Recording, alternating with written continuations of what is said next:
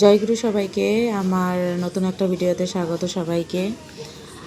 তো আমার ঘরে সৎসঙ্গ ছিল, সৎসঙ্গের ডেকোরেশন এটা আগের দিন রাত্রেবেলায় আমি রাত্রেবেলায় করে রাখি, কারণ পরের দিন সকালবেলায় সৎসঙ্গ আরম্ভ হবে 10টার সময়। তো সকাল 10টার সময় তো আর সম্ভব হয়ে উঠবে না দুইটা বাচ্চাকে নিয়ে, তো রাত্রেবেলায় আমরা হাজব্যান্ড ওয়াইফ দুজনেই সেরে ফেলি ডেকোরেশন। সৎসঙ্গ এদিকে তারপর দিন সকালবেলার দৃশ্য এটা। আজকে আমি ছাড়ছি ভিডিওটা, লেট হয়ে গেল একটু ছাড়তে। তো সকালবেলা 10টার সময়ই শুরু হয়ে গেছে। তো কিছু গুরুগণ এসেছিল, কারণ পরীক্ষার সময় সন্ধ্যাবেলা আমরা সৎসঙ্গ দিতে পারি না, আমাদের ঠাকুরবাড়ি থেকে মানা আছে যে পরীক্ষার সময় বা অসুবিধা কিছু থাকলে সৎসঙ্গ না করাটাই ভালো। তো পরীক্ষার সময় বলে আমরা সকালবেলায় করেছি, বাচ্চারা স্কুলে যাওয়ার পরে আমরা সকাল 10টার সময় রেখেছি। তো খুব ভালো হয়েছিল। কয়েকজন গুরুবোন আর গুরু ভ্রাতাদের নিয়ে আমরা সৎসঙ্গটা সুন্দরভাবে করি।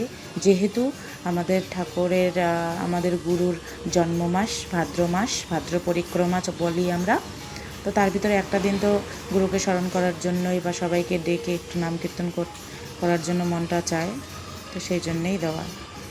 এদিকে আমার ছেলে খুবই এক্সাইটেড ছিল সবাইকে দেখে, খুব খুশি। ওই যে কর্নারে আমার মেয়ে বসে আছে। তো ভালোই হয়েছিল সৎসঙ্গটা, খুব খুব খুব শান্তি লেগেছে মনে করার পরে। যেভাবে না করলে না, মাঝে মাঝে এরকম সৎসঙ্গ, তারপরে পুঁথিপাঠ, যে যার ধর্মগুরুর পুঁথি থাক না কেন, এগুলো পাঠ করলে মনের মধ্যে একটা শান্তি আসে, ঘরের মধ্যে মানুষের আনাগোনা হয়, প্রসাদ খাওয়া, গুরু কীর্তন করা, তারপরে ইষ্ট আলোচনা করা, এগুলো দরকার আমাদের। এগুলো মেডিসিন বলে না, মেন্টালের জন্য, মাইন্ডের জন্য মেডিসিনের দরকার। তো এগুলাই আমি মনে করি, এগুলো মেডিসিন মনের জন্য, আমাদের মেন্টাল হেলথের জন্য। তো খুব ভালো লেগেছে করার পরে, একটা পজিটিভ ভাইব ফিল করেছি। সব গুরু ভ্রাতাটা সুন্দরভাবে করেছে। তো ওদের সবাইকে আমরা, আমাদের হাজব্যান্ড ওয়াইফ, আমাদের পরিবার থেকে ওদের জন্য আমাদের অনেক শুভকামনা, এত সুন্দরভাবে প্রোগ্রামটা করে দেওয়ার জন্য। সবাই একটা একটা করে সব নাম কীর্তন করে, কীর্তন গায়, তারপরে একটু ইষ্ট আলোচনা হয়, তারপরে প্রসাদ বিতরণ হয়। 12টার মধ্যেই শেষ হয়ে গেছিলো।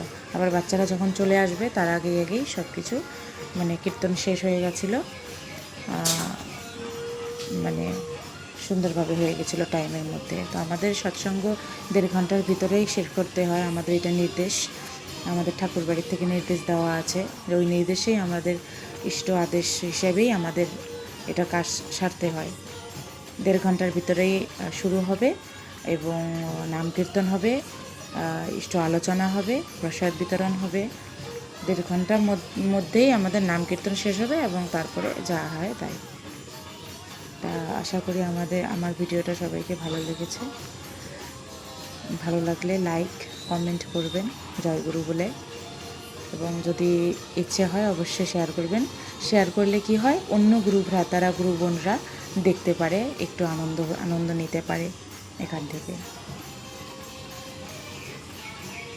জয়গুরু সবাইকে, সবাই ভালো থাকবেন, সুস্থ থাকবেন, এবং আমরা এইভাবেই যেন ঠাকুর নিয়ে ব্যস্ত থাকি, ঠাকুরের আলোচনা করতে পারি, ঠাকুরের সৎ বাণীগুলো সমাজে বিতরণ করতে পারি, আমরা যেন সেগুলো মেনে নিজেও মানতে পারি, আর 10 জনকে যেন ঠাকুরের পথে, ইষ্ট পথে চলার জন্য সহায়ক হতে পারি।